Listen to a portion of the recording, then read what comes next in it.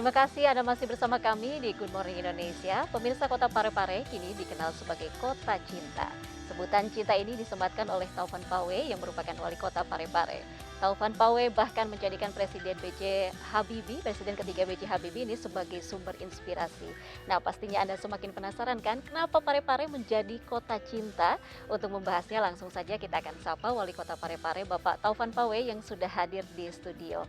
Selamat pagi Pak. Pagi, De Bagaimana Irma. kabarnya Pak? Alhamdulillah, baik-baik. Nah, ini ada yang berbeda nih, Pak. Iya, Ini baru dapat penghargaan Bapak ya? semalam. Wow, luar Iya, biasa sekali. iya, Bapak ini iya. udah banyak sekali penghargaannya. Sebelumnya ada 194 penghargaan Iya, ya, Pak ini ya. Dan ini 100, ditambah lagi. 195. Jadi 195. Wah, hebat Iya, banget Bapak ya. alhamdulillah. Nah, ini kita akan membahas mengenai Kota Parepare sebagai kota cinta. Iya. Tapi sebelum jauh kita membahas mengenai kota cinta, saya ingin tahu nih dari kacamata Bapak ini cinta dalam hal ini apa sih Pak artinya, Pak? Jadi begini, De Irma. Mm-mm. Saya melihat cinta tidak secara umum. Cinta secara khusus. Dan kekhususan ini karena saya bisa dan mampu menerjemahkan. Seperti apa kata cinta, makna cinta itu sendiri dari sosok Bapak B.J. Habibie. Karena awal kepemimpinan saya 2013, saya memang menjadikan Bapak B.J. Habibie sebagai sumber inspirasi. Iya. Bapak B.J. Habibie itu tanggal 25 Juni 1936 lahir di kota B.J. Habibie. Inilah yang menjadikan dasar saya untuk menjadikan Bapak B.J. Habibie sebagai sumber inspirasi. Setelah itu saya datang menemui beliau. Iya. Saya bilang, Pak, saya ingin sekali membangun kota kelahiran Bapak B.J. Habibie yang juga kota kelahiran saya, Bapak sebagai sumber inspirasi. Disitulah awal kata cinta saya mendengar. Dan bagaimana Bapak B.J. Habibie berkaca-kaca matanya menjelaskan makna cinta itu sendiri. Dia katakan, Taufan, kau bangun Parepare, bangun kota kelahiran saya, harus memaknai cinta itu yang sebenarnya. Nah, Pak Habibie waktu itu menjelaskan bagaimana pandangan beliau tentang cinta. Tetapi saya mencoba melihat bahwa Bapak Habibie melihat secara emosional cinta itu untuk sosok Ibu Ainun. Iya, betul. Nah, saya terinspirasi cepat membangun monumen cinta sejati Habibie Ainun di kota Parepare. Beliau datang meresmikan, di situ lagi saya mendengar, Taufan, bangun kota ini dengan cinta. Jadi saya pesan moral dari Bapak ya? Iya, jadi saya mengatakan, Pak, mohon izin. Cinta itu dimaknai apa karena suasana batin atau hubungan-hubungan khusus? Iya. Oh tidak, Taufan, cinta itu bisa cinta kepada ilahi, Iya. cinta kepada lingkungan, cinta kepada karya-karyaan seseorang, dan cinta pada diri sendiri dan sesama manusia. Nah, olehnya itu saya menyulap kota Parepare menjadi kota cinta B.J. Habibie. Kami telah membuktikan hasil-hasil pembangunan di kota Parepare. Ada monumen cinta sejati Habibie Ainun, ada Balai Ainun. Ini Balai Ainun ini agak unik lagi ceritanya nih Mbak Irma. Dia katakan waktu saya melapor, Pak, saya mau bangun Balai Ainun. Dia katakan, Taufan, kamu salah. Di mana-mana itu Balai Kartini.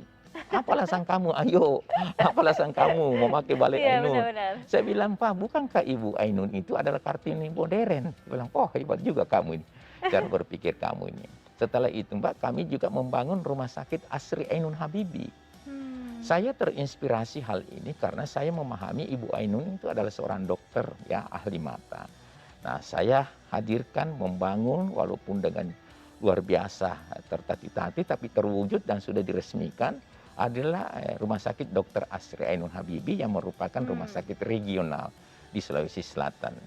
Kita juga merintis Institut Teknologi B.J. Habibie.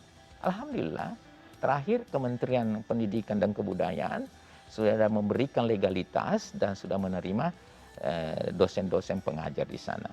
Kami juga ada auditorium B.J. Habibie. Nah, ini semua. Dan yang terakhir ini ada dua yang sangat monumental, Mbak Irma, adalah menghadirkan Museum B.J. Habibie. Museum B.J. Habibie ini adalah satu-satunya di dunia. Dan Pak Habibie memesankan kepada saya, berpesan kepada saya, ingat Taufan, itu museum harus dihadirkan di tempat kelahiran saya, di rumah tempat beliau dilahirkan. Jadi banyak sekali sebenarnya simbol-simbol yang sudah Ya, dibangun untuk mendukung bahwa Parepare ini sebagai kota cinta ya. kota cinta, cinta kepada ilahi, cinta. Kami juga hadirkan Masjid Terapun Hmm. Bahrudin Yusuf Habibie. Insya Allah tahun ini sudah difungsikan. Sampai ke ruang kerja saya di kantor wali kota itu sebelum menemui wali kota ada lounge B.J. Habibie. Jadi saya harus mengatakan Pak Habibie itu tidak boleh dipisahkan dengan cinta. Pak Habibie mengatakan, Tovan, cinta itu bukan hanya tatapan dari Iya. satu manusia ke manusia yang lain. Tapi maknanya cinta, karena saya memandang Mbak Irma, cinta juga itu adalah bagian dari integritas. Kami membangun bangsa ini, membangun daerah kalau tanpa cinta. Saya rasa semua. Kita ingin sekali di hati seorang pemimpin ada kata cinta, cinta rakyat kepada pemimpinnya, cinta pemimpin Kepada kepada rakyat. rakyatnya. Ya. Baik, artinya kata cinta ataupun makna cinta tidak hanya berkaitan dengan pasangan muda-mudi saja ya Pak. Itu Itu dalam dia. artian sempit Betul nih, sekali. milik Nah, individu. banyak yang mengapresiasi Bapak menjadikan B.J. Habibie sebagai motivasi atau inspirasi begitu. Bagaimana sih Bapak mengaplikasikan motivasi tersebut kepada masyarakat di Parepare supaya benar-benar masyarakat Parepare pun memaknai arti cinta yang seperti Bapak tadi sampaikan? Ya, Pak Habibie adalah pribadi-pribadi yang menjunjung cinta dalam artian universal. Saya ingin sekali dengan hadirnya Institut Teknologi B.J. Habibie akan menghadirkan Habibie baru nantinya di Kota Parepare. Kami hadirkan Rumah Sakit Asri Ainun Habibie. Kami ingin juga hadirkan Ainun-Ainun di Parepare. Yang terpenting, apa yang terkandung dalam makna monumen cinta sejati Habibie Ainun itu, rasa-rasanya tidak sempurna kehadiran orang di Kota Parepare kalau tidak mampir selfie di sana. Dan ya maaf, pejabat-pejabat pun dengan mengajak istrinya berselfie di sana. Apa yang ingin sekali melihat makna patung monumen cinta Habibie Ainun itu terpatri dalam kehidupan keseharian seseorang dalam berumah tangga. Baik, Jadi yang menarik. intinya Mbak Irma, saya ingin sekali bahwa hadirnya sosok pribadi Bapak B.J. Habibie ini kita jadikan sumber inspirasi dalam membangun Kota Parepare, termasuk membangun manusianya supaya bisa meneladani kepribadian seorang B.J. Habibie. Jadi setuju ya, B.J. Habibie itu adalah cinta Pak? Cinta. Cinta. Jadi tidak Baik. cinta adalah bahagian dari hidup dan kehidupan. Iya. Yang menarik ini di setiap banyak sekali sudut kota Parepare ini ada slogan yang namanya peduli. Kemudian juga motivasi ataupun visi bahwa Parepare adalah kota industri tanpa cerobong asap. Apakah ini salah satu bentuk cinta Bapak kepada Parepare begitu terkait dengan melindungi Parepare untuk bebas polusi dan juga melindungi rakyatnya? Mbak Irma, tanpa cerobong asap ini tidak ada kaitannya dengan polusi, ya.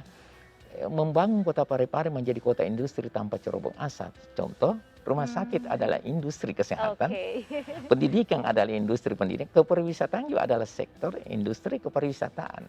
Nah, kata peduli yang memang sudah mengakar bagi masyarakat saya, karena kami mengantar dan mengelola tata kelola pembangunan di Kota Parepare ini, konsep intinya adalah kepedulian.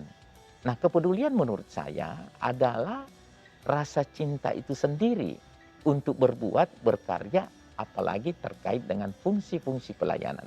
Kalau kita tidak peduli, percayalah. Nah, sekarang ini saya juga membangun, karena rasa kepedulian saya kepada pandemi COVID-19 ini, kami membangun COVID Center. COVID Center ini kami, mungkin saya ya, kalau di Sulawesi Selatan, mungkin Indonesia Timur, ini satu-satunya COVID Center. COVID Center ini adalah bentuk kepedulian dengan penanganan COVID-19. Saya tidak ingin bercampur antara pasien umum dengan pasien COVID. Itulah sebabnya tidak sedikit masyarakat yang enggan ke rumah sakit, Pak Irma. Kenapa? Takut tertularkan kesan bahwa ke rumah sakit kita akan dapatkan COVID. Saya bangun COVID Center berdiri sendiri dari pasien umum dengan pasien COVID. Dengan sistem high technology, ada HEPA filter, semua OK-nya, kamar operasinya, hemodialisanya, isunya, nichunya, semua dengan Khusus untuk khusus COVID. untuk COVID. Seperti Baik. itu Mbak Irma. Yang lebih menarik lagi Bapak Pawe ini sudah meraih penghargaan 195 sama yang ini Iya, yang baru benar. semalam ya Iya. didapatkan ya. Cuma sayangnya saya lihat pesawat saya terlambat Oh, karena ada selamat. dengan Yang presiden. penting penghargaannya, Nah, Pak. pas saya tiba sudah penerimaan. Ya, kira-kira Pak, Iya. apa sih sebenarnya motivasi Bapak untuk sampai mendapatkan penghargaan sebanyak itu? Hampir mau 200 nih, Pak. Ya, saya rasa begini Mbak Irma ya, Mhm. itu adalah suatu bentuk apresiasi. Ya. Karena di era sekarang ini sebuah reward atau penghargaan pasti ada tolak ukurnya, Mhm. pasti ada instrumen-instrumen penilaiannya. Ya. Ini masa adalah masa penilaian yang sangat objektif. Nah, kami bergerak mengajak kepada sistem tata kelola pemerintahan yang ada untuk berbuat, berinovasi. Bahkan setiap tahun, Mbak Irma, saya tantang SKPD saya, OPD saya untuk berinovasi. Coba, ayo saya mau lihat. Kalau ada inovasi Anda diakui dan mendapat pengakuan, ya saya tentu harus memberi reward juga dia penghargaan atas karyanya itu. Betul. Jadi kesemuanya itu 195 penghargaan, bukan jumlah yang sedikit. Ya betul. Untuk ke-7 sampai Luar ke-8. biasa, Pak. Dan itu indikatornya bisa dilihat Parepare dalam angka. Tingkat kesejahteraan masyarakat saya, tingkat indeks pembangunan manusia, indeks pembangunan manusia kami itu lebih tinggi daripada Sulawesi Selatan. Tapi penghargaan mana yang menurut Bapak paling bermakna di antara hampir 200 penghargaan Salah yang satu memang di antaranya, susah? salah satu di antaranya dari MNC. MNC Luar ini. biasa. Saya jujur dan alhamdulillah kami di semua penilaian kami berada yang tertinggi. Dan saya jujur katakan penilaian ini dari MNC ini silent, tidak ketahuan. Dia bukan hanya datang wawancara tapi dia melihat fakta yang Oh ada. iya. Contoh deh Irma, pasar saya itu, pasar rakyat saya itu sudah mendapat pengakuan secara nasional Ya. sebagai pasar yang aman dari segi bahan berbahaya. Pasar saya juga, pasar rakyat saya juga ini Sumpah Minangis sudah mendapat sertifikat SNI. Iya. Jadi kalau orang datang nyaman. Kenapa Betul. nyaman dan aman Mbak Irma? Iya. Masuk, begitu pulang, belanja, ditimbang semua belanjanya. Baik, Pak, kita nanti akan membahas mengenai pembangunan-pembangunan lain di Kota Saya. Parepare. Soalnya kalau berkaitan dengan pembangunan kota pasti dari sektor ekonomi ini paling penting ya. Iya. Baik, pemirsa, usai jeda kami masih akan kembali, tetaplah bersama kami di Good Morning Indonesia.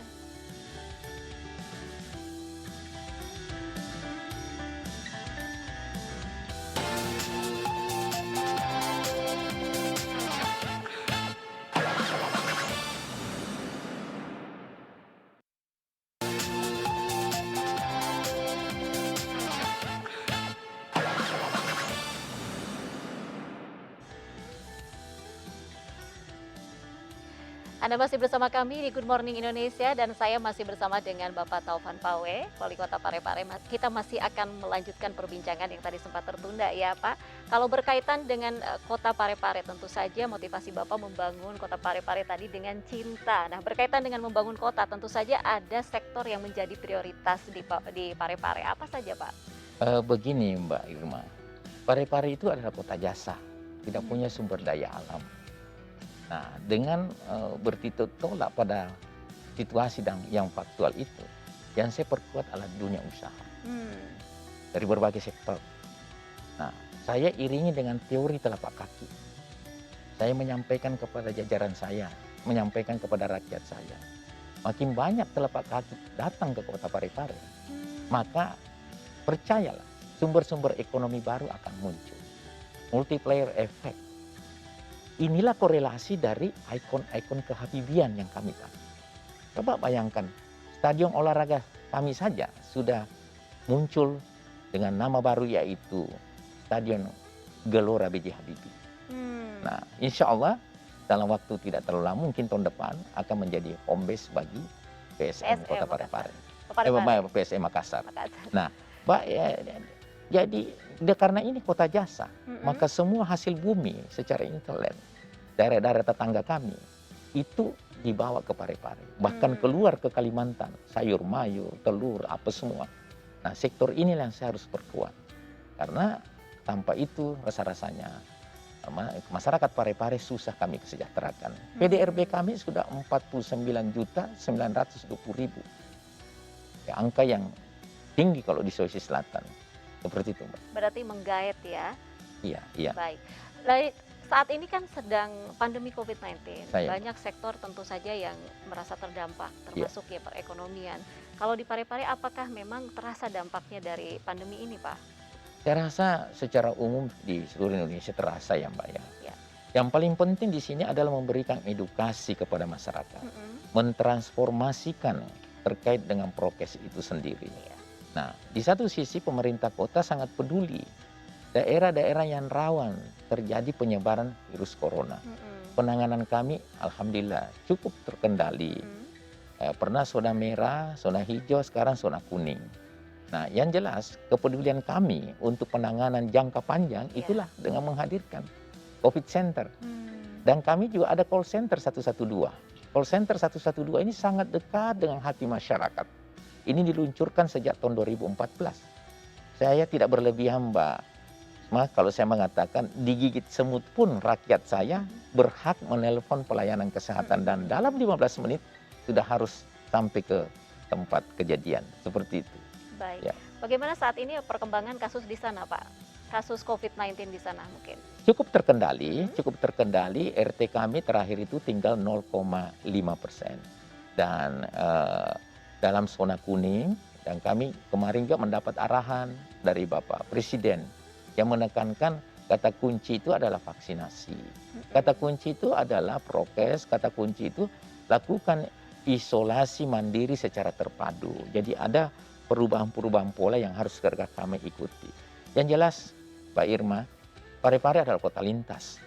Ya. Kota lintas Bersih untuk bosan 14 ya, Pak? kabupaten kota, utara dan timur Sulawesi Selatan. Ya. Ini tantangan, bahkan lintas dari Provinsi Sulawesi Barat. Mm-mm. Mereka melintas bukan sekedar melintas, tapi mampir untuk menikmati kuliner-kuliner. Oh, Jadi ini menarik nih. transmisinya sebenarnya, Iya. transmisi penyebaran COVID itu tidak secara lokal, tapi lintas daerah inilah. Inilah yang harus kami tangani secara khusus dari tim gugus yang ada di pemerintah Kota Parepare. Mbak. Baik, tadi sedikit Bapak mengulas mengenai kalau Kota Parepare ini salah satunya menjadi pusat untuk kuliner juga karena banyak yang melintas gitu ya ke Parepare. Kira-kira dari program Bapak sendiri untuk meningkatkan mungkin kulinernya di sana apa saja yang sudah dilakukan, Pak? Oh, kami sekarang ini lagi membangun kawasan Anjungan Cempai. Itu adalah suatu karena begini Mbak Irma, Ya. Parepare itu terdiri dari 3 dimensi. Dimensi pesisir, dataran rendah, dan dataran tinggi. Dimensi pesisir ini yang kami optimalkan untuk kuliner. Nah, mudah-mudahan tahun ini bertambah lagi ikon Kota Parepare, yaitu Anjungan Cempai yang kami akan berikan kepada masyarakat dunia usaha UMKM untuk menggunakan fasilitas yang ada. Ya. Karena saya berkeyakinan sekali wisata kuliner di Parepare itu dari waktu ke waktu sangat-sangat meningkat dengan itu tadi, teori telapak kaki. Dengan itu tadi, ada ikon-ikon kehabibian. Seperti itu Mbak Irma. Saya tertarik dengan tadi telapak kaki itu begitu. Apa sih sebenarnya langkah yang memang sudah Bapak lakukan untuk memperkuat tadi telapak kakinya supaya sampai ke Parepare Iya, begitu? Parepare harus jadi magnet Mbak Irma. Bagaimana ini Tidak yang bisa dilakukan? tidak, harus ada yang menarik di Parepare. Iya. Harus Parepare menjadi bukan lagi tempat transit tapi menjadi tujuan. Sehingga saya rasa contoh dengan hadirnya Museum B.J. Habibie ini pasti bukan hanya berbicara menyangkut masa lalu, perjalanan rekam jejaknya Pak Habibie, tapi juga akan menjadi wadah edukasi. Ya. Bisa menjadi sarana kepariwisataan, semuanya itu. Begitupun Masjid Terapung. Saya berkeyakinan Masjid Terapung yang kami bangun ini, kami persembahkan untuk Bapak B.J. Habibie, saya rasa yang termewah dan betul-betul Masjid Terapung di Sulawesi Selatan. Jadi kalau Mbak Irma mengatakan bagaimana menjadikan telapak kaki ini, target saya telapak kaki yang ke Parepare itu 500.000 loh Mbak. Wow. Target saya. Dan ini terus kelihatan simpanan masyarakat saya di Parepare itu sudah 2,8 triliun simpanan masyarakat kami.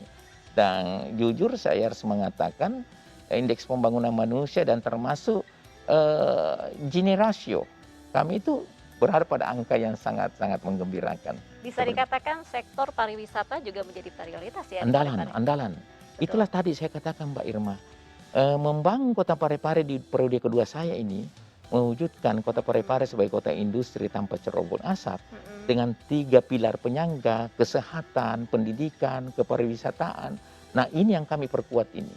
menjadikan kota industri tanpa cerobong asap, karena ini adalah industri jasa, seperti Betul. itu.